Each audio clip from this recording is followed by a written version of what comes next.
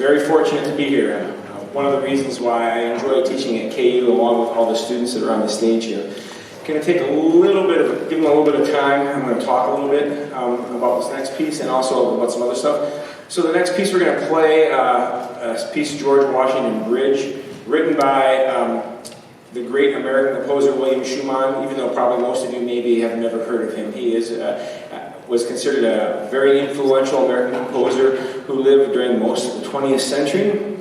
He's probably, besides being noted as a composer, he was also the director of Juilliard, which is considered by many to be one of the top conservatories for music in the entire world. Many big-name people have graduated from Juilliard and go on to very prestigious careers in the music industry coming from Juilliard. Anyway, he lived in New York City, and he happened to live, he was a teenager basically when they were building the George Washington Bridge, and he talks about how it just took up the skyline from where he was. And no matter where he was in New York as a kid, he just recalls seeing it all the time and the great size of it and everything like that, if you've ever seen it before. And he tries to capture that in this music.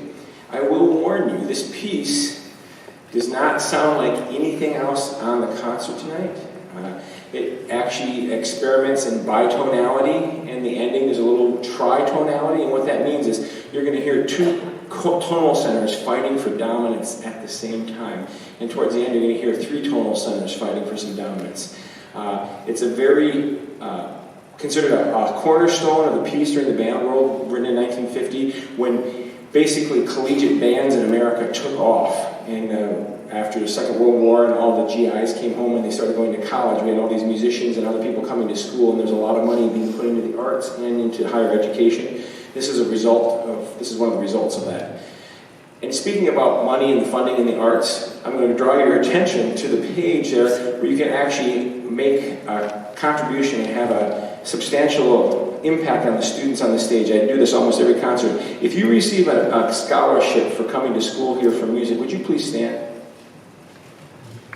Yeah, give them a round of applause. It means a lot to get a scholarship. Thank you very much.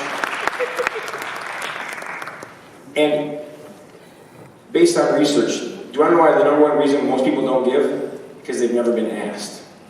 I'm asking you. I'm standing here right now to tell you, it's not for me, it's not about me, it's about those people that just stood up. And as an example, today I was very fortunate. I had a student who goes to school about 30 to 40 minutes away from here, who decided at the last second that he wants to look at Kutztown University for music education. And the student played, and I can tell you, if he were to come here to Kutztown, he would be one of the strongest trombonists to come to Kutztown in a long time. But one of the things that it's come down to is being able to offer those kinds of students scholarship money to be able to come to school here. So I'm not going to sit here and tell you about all the great things that we do. I'm going to tell you about all the great people that are impacted by a gift.